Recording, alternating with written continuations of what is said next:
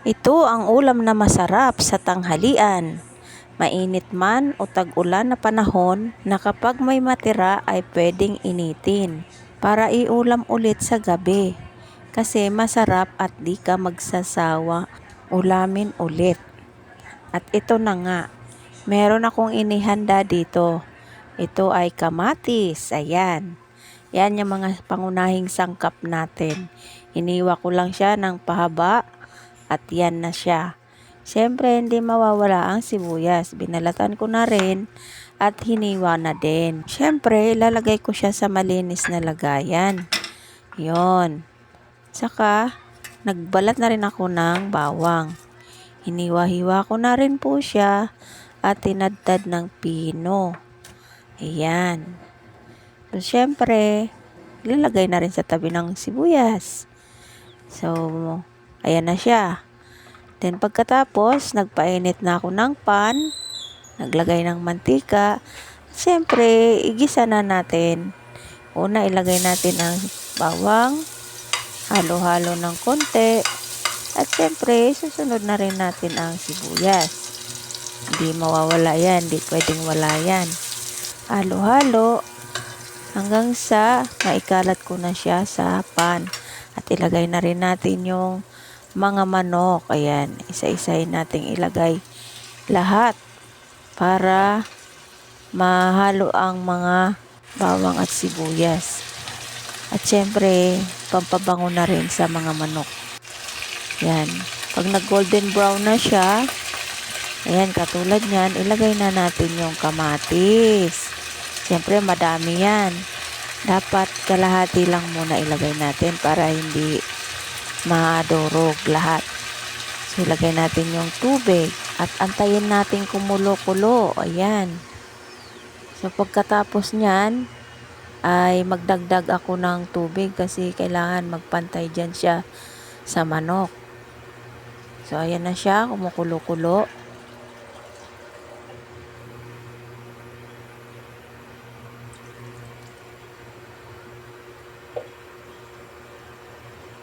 At eto na, maglalagay na tayo ng pampalasa. Tulad niya ng patis. Yan, konti lang muna ang ilalagay ko. Ayan, pagkatapos, ilagay ko na rin po yung Knorr cubes. Ayan. At antayin natin hanggang sa kulong-kulo na siya.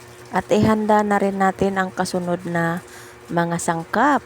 Pero bago nyan, antayin muna natin na kulong-kulo na siya para lumambot yung mga manok. Ito ang mga sangkap na dapat natin ilagay. Medyo maanghang, maganda, may sipa. Ito at matanggal din to ang lansa niya.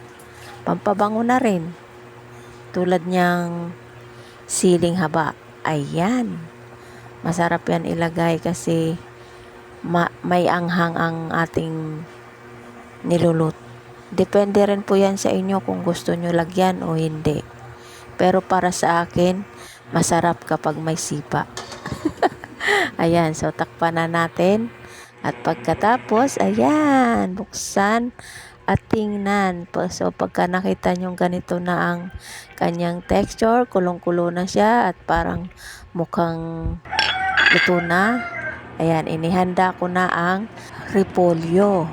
Ayan, pwede rin dyan yung bok choy or pechay. Ayan, ang sa akin kasi napili ko yan ay repolyo. So, ayan, pagkatapos ko hiniwa, ay himay-himay ko na siya. Ayan, para madali siyang mailagay. So, habang nilagay ko na siya, napansin nyo ba kung gaano siya karami? Napadami yata ang paghiwa ko. So, ilalagay lang natin yan, itakpan lang natin ang pan. Pagkatapos ay mai-steam na po yung repolyo. Yan. Para na din madali siyang mahalo pagka lumambot. So, isabay na natin yung kamatis. Yan.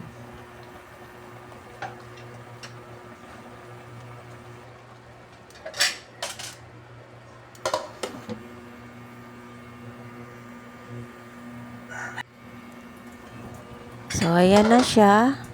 Lumambot na rin yung repolyo. Pwede nang halu-haluin habang kumukulo ang ating ulam. Ayan. So, malambot na yan. Pwede nang haluin. Ayan. Antayin na lang natin na ma-absorb o manuot ang kanyang lasa sa bawat isa sa kanila. Yung manok at gulay. Ayan.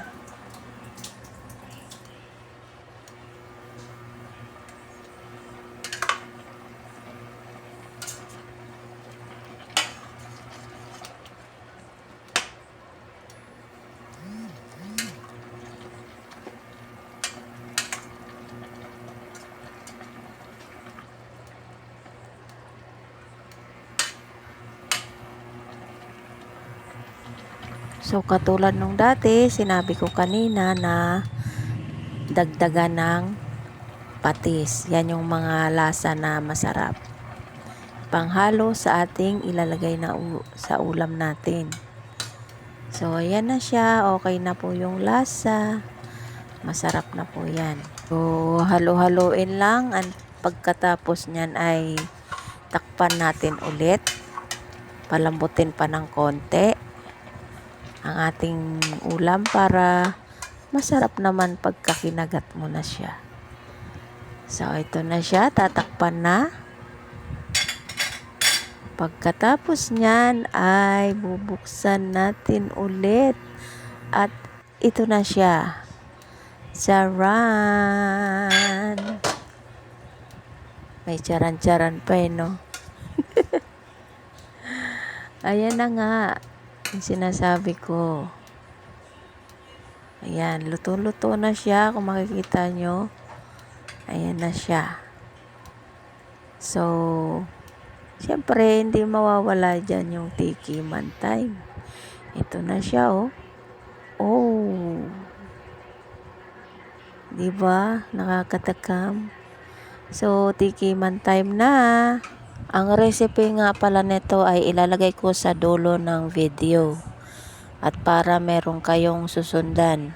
Ang recipe nga pala nito ay ang kamatisang manok. Ayan. Okay. At kung nagustuhan nyo po ang video to, paki-like, comment, share, and subscribe. Ayan. Ang masarap na ulam.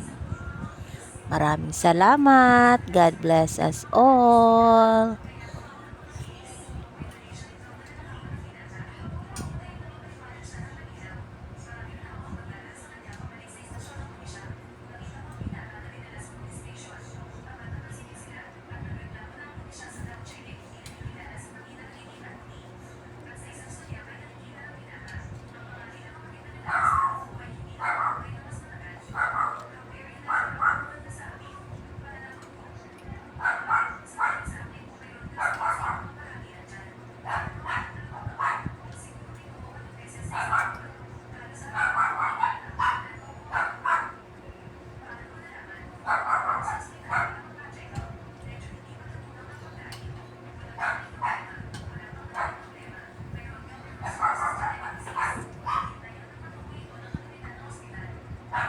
Sarap. Bye-bye.